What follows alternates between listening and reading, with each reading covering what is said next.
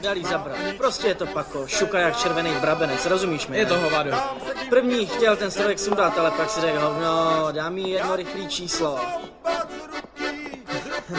Nesmíš mi však další kluky.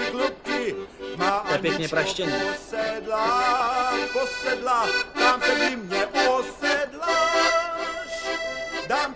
Ten dědek je dobrý, co? Připomíná mi mýho strejdu.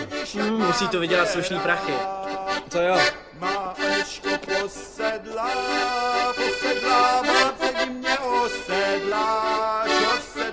A ty budu zobat z ruky. Nesmíš mi však další kluky.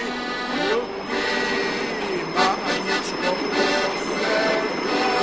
posedla, mám se kdy mě osedláš.